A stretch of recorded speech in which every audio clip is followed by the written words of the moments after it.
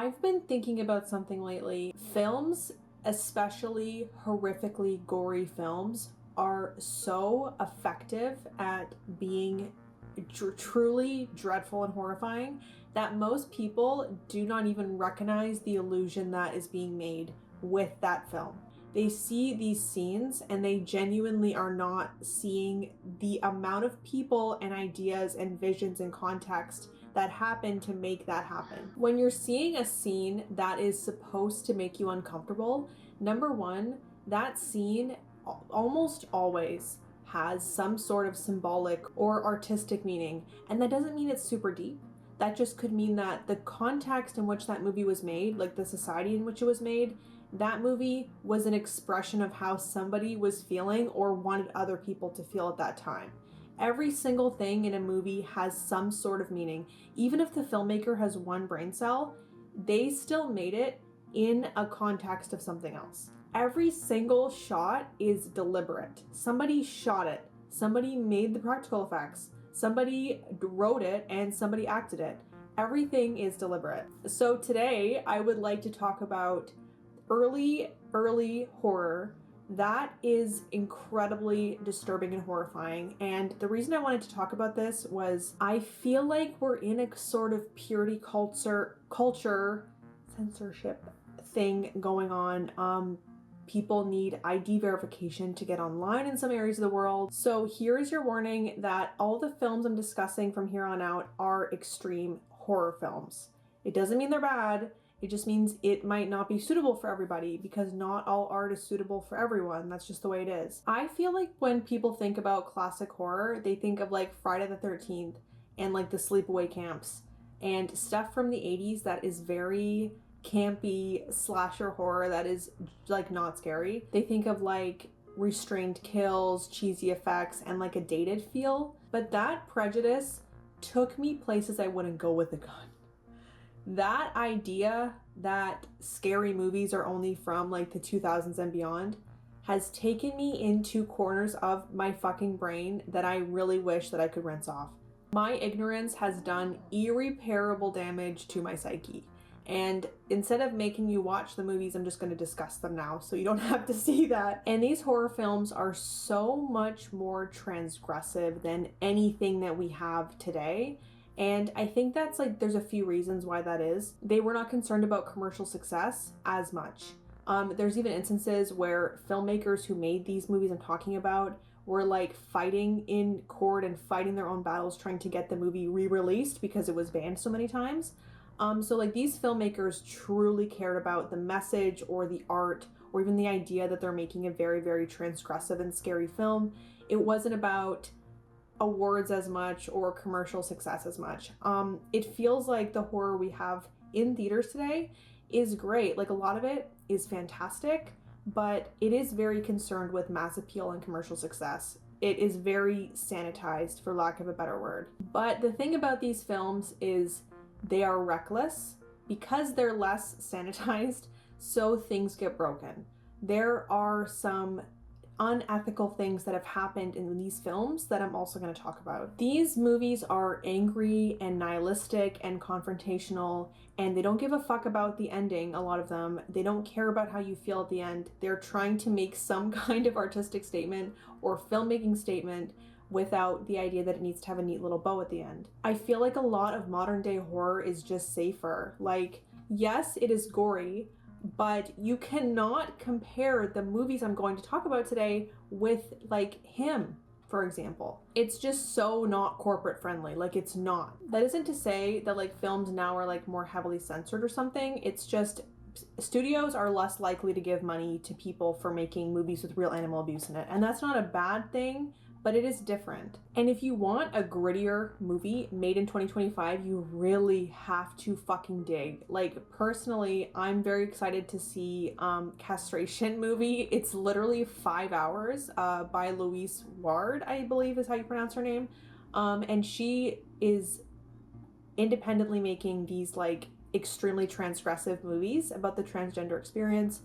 I haven't seen it yet because it is 5 hours long and it has a part 2, But that's just an example of people still making extremely transgressive, gritty movies now. There's also some of the less safe films that you can like talk about, like the OG Speak No Evil comes to mind, and Skinamarink, Red Rooms, When Evil Lurks, and even like shit like Be My Cat. Like you can't dismiss stuff like that. Like that is really transgressive and grimy. So Nekromantik is probably the most famous transgressive older film. Like this is the one that everybody talks about, and it's for good reason, I would argue. Actually, it's a 1987 German film, and it defied the censorship laws of Germany at the time. It was kind of one of the driving forces of this film, was like, how much can we defy this law? Because since 1984, all horror films released in West Germany have been edited to remove violent scenes, both in cinema and at home. And examples of this are 1985 Day of the Dead, and whopping 32 films were actually banned for release, including The Texas Chainsaw Massacre from 1974, Mother's Day from 1980, and The Evil Dead from 1981. So the creators of Nekromantik did not submit this film for review and made it only available to an adult audience. So I think that's kind of why it has that vibe of being like an adult film, when I don't think it is. Like I don't think it's actually that explicit, to be honest. There are actually explicit films. Like the further you go down these rabbit holes of like 70s exploitation and stuff, you will see that some movies have genuine in them, which I do not like to watch, so it's like, I don't like that. But Nekromantik, I think is not an adult film. So Nekromantik is banned in Iceland, Malaysia, Singapore, and the provinces of Nova Scotia and Ontario in Canada. So banned as fuck. And in 1992, Australia banned the film outright due to graphic necrophilia content. So, and the film was banned in other countries too. That's not just the whole exhaustive list. Robert is a very troubled young man who has real issues dealing with living people. He's socially awkward, and I think one of the whole tenets of Nekromantik is that he has so much issues dealing with the living that he turns to the dead. His house is full of jars of human remains and stuff that he finds. And he works for a company that cleans up like car accidents, crime scenes, things that are like biohazards and things that you don't really want to see. There are some truly disgusting and incredibly impressive practical effects from the first few minutes of this movie. Even if you do not want to see what I'm going to talk about later, I think just the first, 10 minutes of Nekromantik are incredibly impressive. If you're a filmmaker and you want inspiration on how can I make my movie very gory and scary with like a $0 budget, Nekromantik. I cannot even begin to describe to you how impressive it is, because it's genuinely so scary and freaky. And the funny thing about like gore effects is it's pretty cheap to do. Like there was actually a science project that I had when I was in high school, and we were supposed to build a model of some part of the body, and my model was a torso where I made the organs, you are able to like pick them up, and they laid labels on them and stuff, and you're able to like pick them up and touch them and stuff. And I wasn't even aware really of practical effects at that time. I went to Catholic high school, so I was very sheltered, and I was able to make pretty realistic organs and shit like that from like slime from the Dollar Tree, balloons, paint. You get the gist. It's actually very easy, and you can do it. You should make your movie. So one day in the street cleaning agency, Robert is tasked to pick up this body that he really would like to keep and take home, and so he does. He becomes fascinated with seeing this like heavily decayed corpse. It is gross. It's disgusting. I don't care how hardcore fucking horror fan you are, that's disgusting. It's genuinely horrible. And he secretly takes it home for him and his partner, wife, girlfriend, whatever, I don't even know, Betty. Betty is a strange character as well. She also shares this like love for dead things, dead people. So they do things to this corpse, and it's like a skeleton, but it's disgusting. That bitch is getting a UTI, yeah. She's getting UTI, if you know what I mean. They put like a metal thing in the corpse and they do stuff to it. It's gross. She does wear protection though, so I don't know if that helps. The movie kind of continues on like that. It's very gritty and like almost dreamlike. Like it's actually an impressive film. Like I know it's like a video nasty or whatever and it's like kind of low quality, but it's impressively dreamlike and the atmosphere is like quite insanely cool. Like it's just, but it's gross and it makes you feel bad. So there's this disgusting scene that happens when Betty actually leaves Robert for the corpse. Like she says, fuck you, I'm breaking up with you, I'm going with this corpse instead. And Robert gets so upset that he like sits in the tub. Okay, he unalives his cat. Don't worry, for some reason all of these exploitation movies are totally fine with unaliving animals of all fucking species, but cats are never ever unalived. And I was especially worried about this when I was watching Last House on the Left. The cat's fine. They never unalive the cat for some reason. I don't know why. It's always like a fake cat. Like, and that might seem obvious, but in the 70s, for some reason, they were just actually unaliving animals. But cats are never, it's never a real cat, which is like really interesting. And I enjoyed that aspect of watching these. But anyway, he unalives his cat. It's a fake prop. And he takes a bath, and he takes a bath with the parts of the cat. He is bathing with the remains, and like he's like grabbing it out, and it's, and he just goes on escapades in the bath with this, like, it's disgusting, and there's like blood in the bath, and it's just gross. Betty is off doing phantasmagorical escapades with the corpse, and it kind of continues on like that. Like, you don't need the whole play-by-play of the movie, but I think the part that got me the most in Nekromantik was there's this scene where you can see where Betty took the corpse and there's a grease stain on the wall because they had it on a hook on the wall.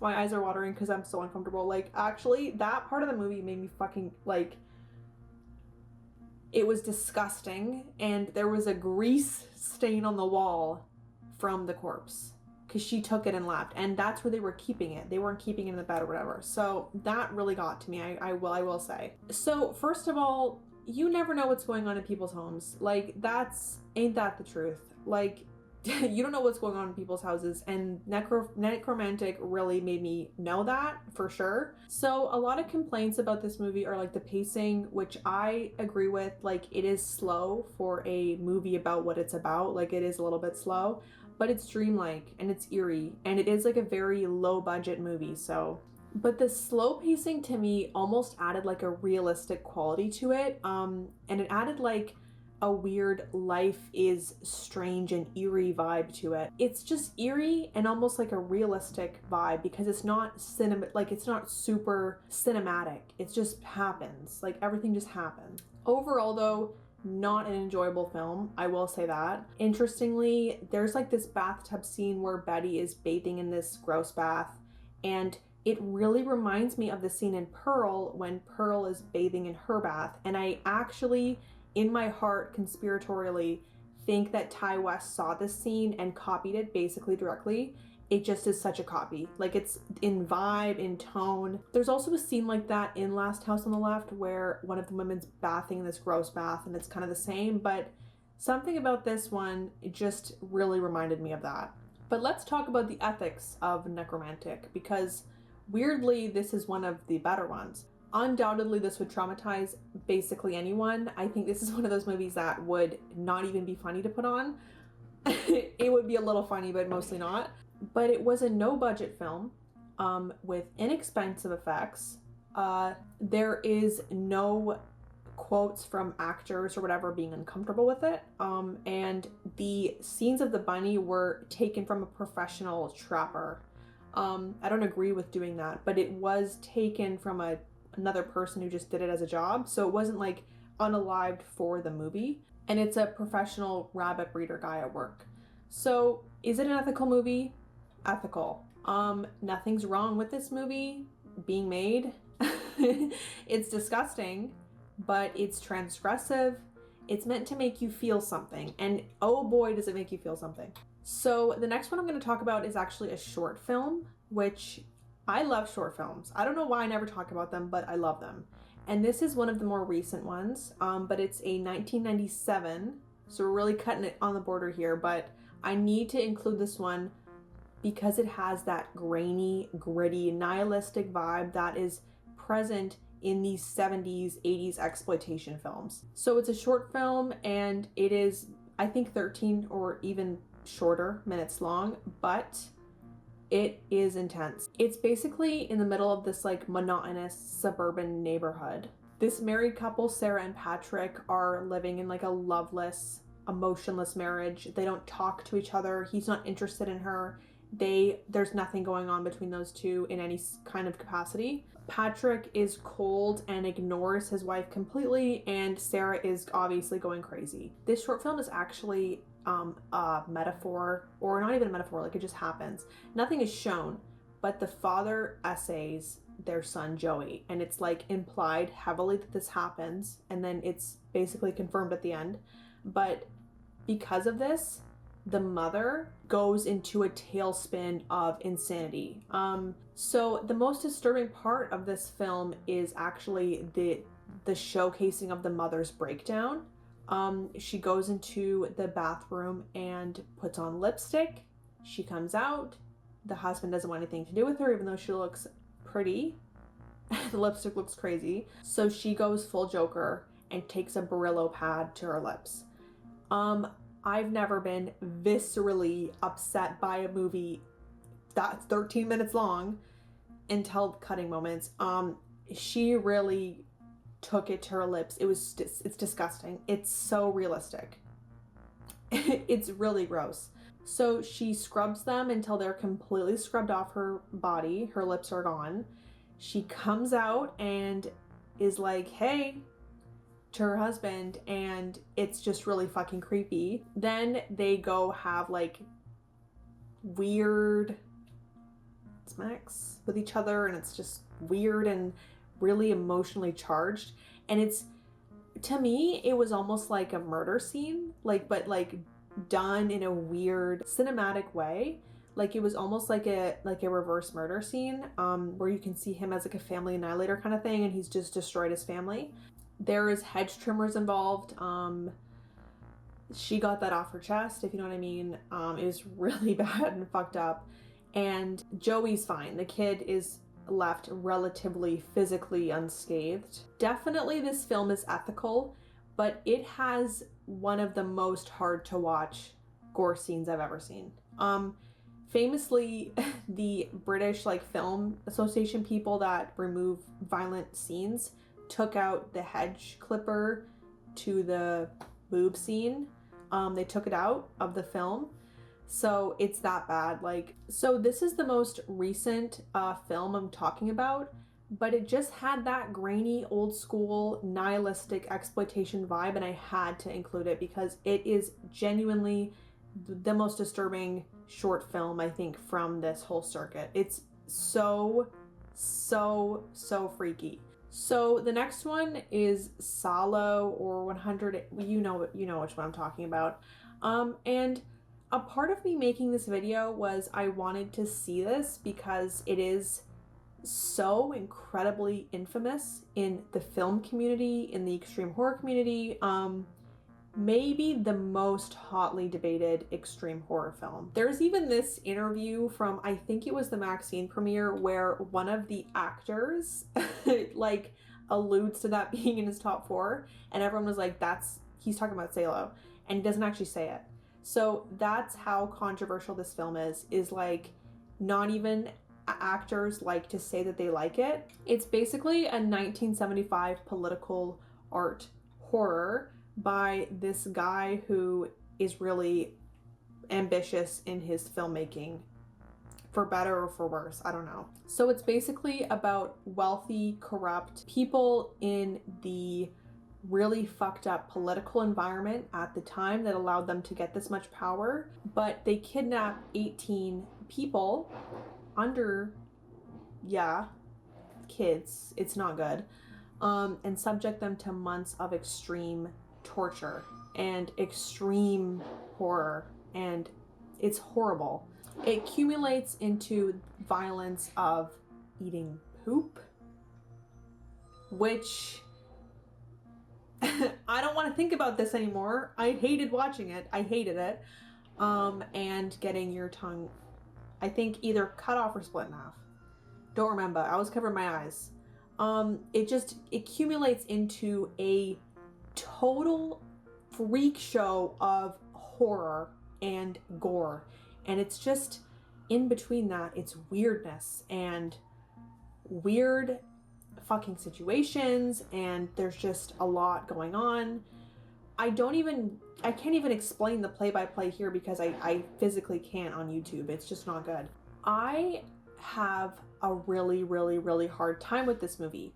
Again, this list isn't my favorites. This is the most disturbing of before the 2000s. So this isn't like one that I enjoy. I do understand, like I really do understand the artistic merit behind it. I get it was like a feat to show something like this in a way where it's making a political statement. Like I understand that, but I don't think it was worth it. If the actors were all 18, it would be a different story. I would be like, okay, I can get behind this film a little bit more, but them not being 18 makes it a big problem for me. Like I genuinely don't think that this should have been made. Should it be banned?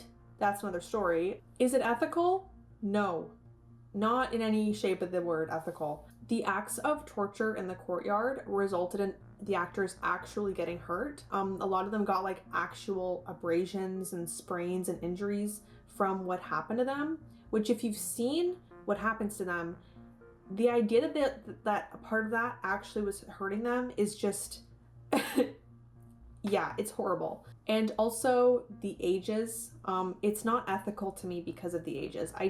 Like, for example, Mysterious Skin depicts people under the age of 18 in a horrifyingly realistic movie about abuse. But they did it in an ethical way. They went through great measures to protect them in Mysterious Skin. And Mysterious Skin is a better movie than this one. I don't gaff. I don't give a fuck. Better movie. Sorry. So banned, of course this is banned. It's banned in several countries because of its graphic portrayals of basically everything under the sun. It was not banned in the US. You know, kind of feeling patriotic about the fact that none of the movies I'm talking about have been banned in the US for now. It's banned in Ontario, Canada, and it was rejected by the British Board of Censors, so it's banned in Britain. So it's also banned in Australia, but after a 17-year-long ban, the Australian Classification Board passed the film. Then it overturned its decision in February 1988 and banned it outright because of offensive cruelty with high impact sexual violence and depictions of offensive and revolting fetishes. Do I think it should be banned for those reasons? No. That's just art. Art can depict people eating poop if it wants to. That's the ethos of this video. Fun fact, after I watched Salo, I looked up online what was that poop, because it really seemed like poop, bad. I wish you could see my chills thinking about this shit. Like, it's not good. I found on a thread from 10 years ago, somebody was saying that it was actually chocolate and marmalade. And it was made by a chocolatier down the street where they were filming. So it does look like that, but if you ever need a fake poop, chocolate and marmalade's your shit, because it has this red kind of vibe, and it's don't make me think about Salo. Don't make me think about that. To be totally honest, I skipped a lot of scenes. I couldn't even it was so weird. I hated it. I don't care. You have to be a different level of film bro to enjoy that movie, because what the fuck? So Sweet Movie is a 1974 surrealist comedy horror, psychological horror, exploitation movie. I was very excited for Sweet Movie because it has this sick poster, and the vibe of it initially obsessed. Like, I was obsessed with the vibe of Sweet Movie. So it has two narratives. The first one follows Mrs. Canada, 1984. So, and it's this like fake beauty pageant thing where this tycoon has to pick a wife who's a virgin. And it's this really hilarious and like cutthroat satire on purity culture, and like it's making fun of purity culture. It's really cool and like funny. Like, I was laughing. It was really funny. And they have this like weird game show where they're like checking hymens and stuff, and it's really creepy, and honestly 10 out of 10 cinema. Like, it was really cool. But it escalates into a funnel of depravity, specifically sexual violence and weird depravity. The grossest part of this movie is when the first narrative, Miss Canada, ends up in an artist commune where she has to be around these like so it's like an artist community led by this real guy, Otto, who's genuinely in the movie with his genuine artist community who does weird performance art. And one of the performance art that you see in Sweet Movie is a guy dressed as a baby, acting like a baby, including all over himself and everyone else. And others are like touching him and like trying to like clean him up, but it's more of a mother vibe where people are like touching and it's too much and it's overstimulating. Miss Canada's in the corner like covering her eyes. She's upset. And I think a little bit before this point I was like, I hate this movie. And the thing about Sweet Movie is it's extremely transgressive, yes. It is a cult favorite transgressive movie, yes. And there are some fantastic little things in Sweet Movie, like the weird beginning part with like the game show. That was really creepy and cool and funny. And there's also this secondary narrative where this woman, Anna Planeta or whatever, is like on this ship that looks like a certain political figure. She just goes up and down the canal selling her sugar and candy. And there's this sugar vat inside the boat where she just hangs out in and does stuff in, and she unalives her lover in this sugar vat. And that scene of like the sugar and the blood and like unaliving someone who's sitting in a vat of sugar and like the blood congealing with the sugar, holy fuck, that cinema. That was insanely cool. Like, that was the shining star of Sweet Movie. But I will never recommend this movie ever, because of same thing with Salo. There's real people under the age of 18 put in fucked up situations that they should never be put in. So yes, this film is very man versus nature in a way that's thrilling and very symbolically rich. Like, there's this like man versus his own nature and desires theme going on. And they're constantly making fun of repressing sinful desires. That's like a whole theme. But this is something I will never recommend to people, and I didn't even log it on Letterboxd because I don't want people to watch this. I think if you're a filmmaker and you want to make a horror film, you should obviously watch things like Sweet Movie just to see what's out there and to see what people have done and steal their ideas, make a better movie with it. So the film generated significant controversy when it was released, obviously. And what's awful is they included real life footage of Polish massacre victims getting pulled from the river in the end of the movie. A real true crime footage of that in the movie. And the woman actually responsible for the most fucked up, horrible scene in the movie got her passport taken away. She got her passport taken away and she wasn't allowed in Poland anymore for like 10 years or something. So banned, yes. It's banned in the UK. I don't actually have a list of where it was banned other than the UK, but you can pretty much assume it's banned in a lot of other places.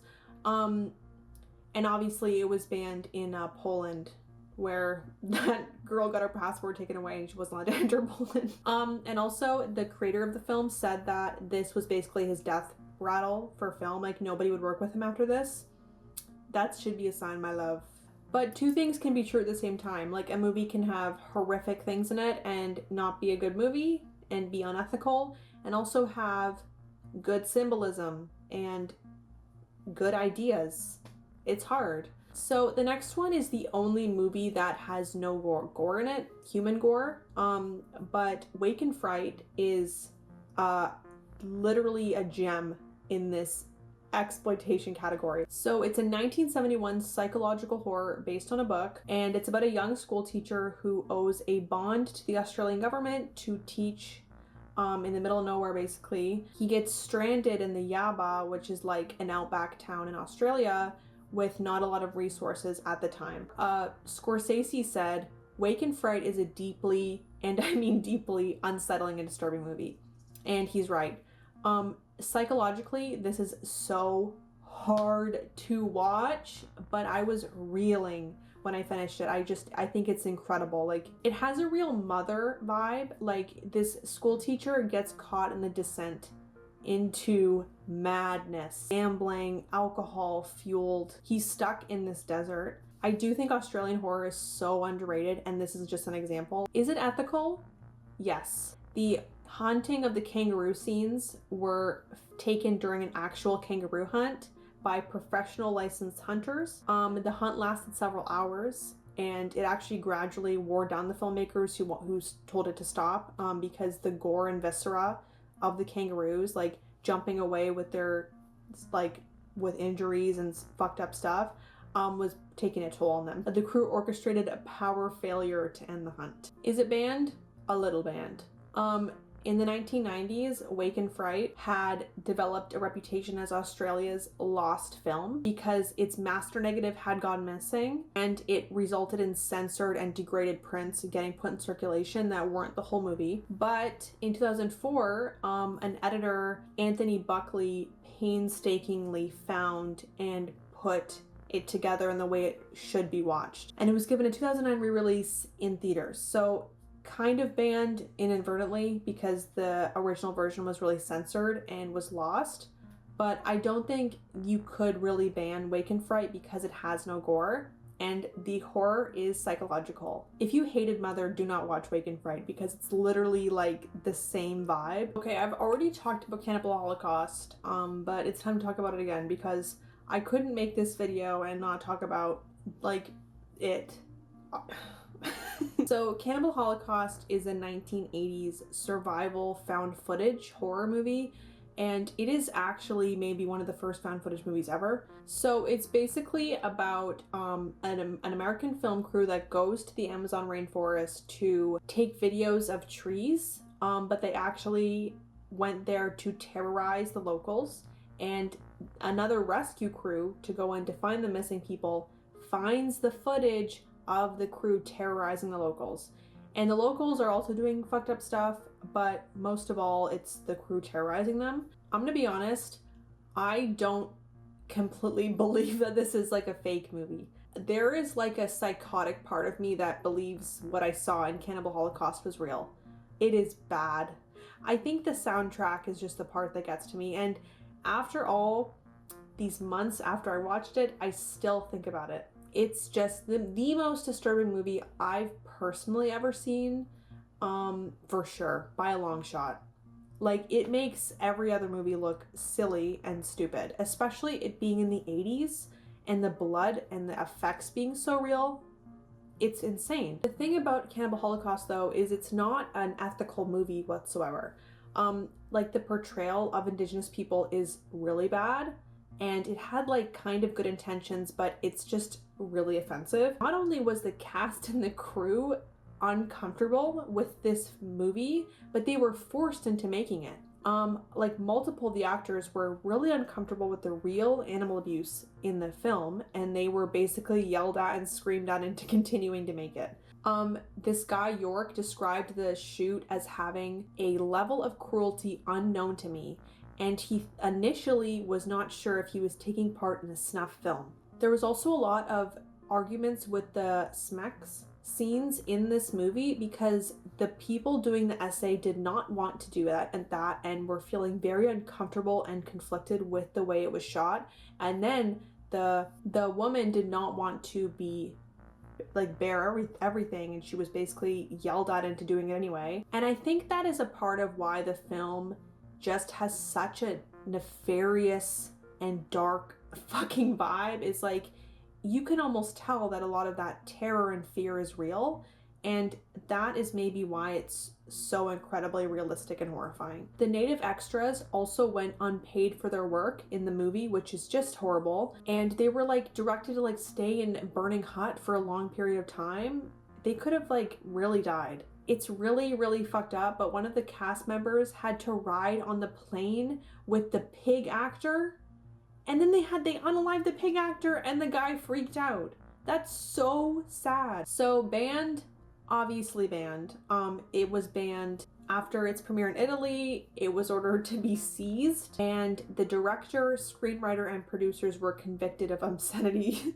And the film was released from seizure in 1982, but it was banned in the UK, Australia, South Africa, and several other countries. So although they found out that the snuff film allegations were false in Italy, it was still banned, just due to the genuine animal slayings and the cruelty. So I just had to talk about that movie because I cannot make this list without saying it, but it's just an interesting time that this was made, because I feel like there's two parts of your life. It's like before you see Cannibal Holocaust and after, because before you see it, you think nothing can get to you. And then you see Cannibal Holocaust. And then it's after. And then you realize that your hubris has taken you places that have done irreversible damage to your psyche. I'm warning you right now. Don't watch that movie. So Aftermath is another 90s short film that I just had to include. I controversially think this is brilliant. It is like a 30-minute one. You can actually see it on YouTube, which is really crazy. Don't know how that's allowed. I can't say certain words, but they can have that movie on YouTube. So a woman is in a car crash after accidentally running over a dog, and her autopsy technician does things to this corpse. He locks himself in the morgue with her body and removes the brain, caresses it with a knife, and then he just does horrible things to this corpse. Thankfully, it's actually like a fake whole entire body corpse, but we're going to talk about that in a second. So the mortician just does unspeakable things to basically his like autopsy patient. Like, he's supposed to be an autopsy technician. He's not doing a good job. He takes photographs, he like does everything humanly possible to it. It's just disgusting. But afterwards, he autopsies her, cleans up, and goes home, and then feeds her heart to his dog. So a lot of reviews of this film are very negative. Specifically, one that I very much disagree with is this guy from Horror News said, "I'm sure some intellects will look past the gore to dig out some thoughtful facade. But hey, when we get down to it, it's about autopsies, it's about necrophilia, and it's about shock." This might be me being the reading into everything vibe that a lot of people think I'm just reading into everything. But I've always thought that women and dogs have really similar relationships to men. And I think most people think of women as more like cats, and like men more like dogs. But if you think about the relationships, like a lot of women feel like they have to be servile to men. It's also pushed systematically in a massive way, and if you think it's not, don't even talk to me. Like, why are you here? But there's this idea of like getting praise for that, and then also this idea of putting on this facade that you enjoy it, where it feels like the way that men see women is the way that they see dogs a lot of the time, where it's like they see this woman happily being subservient to him. Oh, she loves it. She loves to be in her role. And that is such a one-dimensional view of a woman. And a lot of men see women in an extremely one-dimensional way. That's like the biggest issue that I think it is like a lot of men don't see women as actual human beings. They see them as like a woman first. Anyway, men also look at dogs and think, oh, that's just a dog. You know, that's a dog first. It's friendly to me. It is underneath me. I like dogs, you know. A dog is also like a status symbol. How purebred your dog is, how beautiful your wife is. It's like dogs and women are like attachments to men, accessories. And that might be me reading into this short film a little bit too much, but in my own personal like theories and symbols and stuff, I love this idea. And the way that Aftermath gruesomely treats this guy who has obviously a fetish for like corpses or whatever, he is doing to this woman, in no way is it like hot or erotic or whatever. It is disgusting and violent and vile. It is so incredibly violent, and it is so clearly an act of like ownership and domination rather than anything romantic or anything even like fetish. Like it's so violent, the act. And like a lot of the jokes about this movie are like, oh, his he did it twice, that was so quick or whatever. But it's because it isn't about like being aroused. It's about domination. It's about violence. It's about ownership. Just like he feels like he owns his dog. He feels like he owns this corpse. And there's also this really interesting idea this film brings up about like, why are we so horrified to see this happen when that woman is dead? Like, she's not feeling pain, but we still flinch and are horrified by it. And then that combined with one of the most realistic fake bodies I've ever seen in my life, if not the most. I think it's a masterpiece in a way. And I think once you can get past how shocking it is, it has some really interesting themes to discuss in itself. And it's only like 30 minutes long. So because it's a bit underground, I don't actually know where this is banned or if it's banned.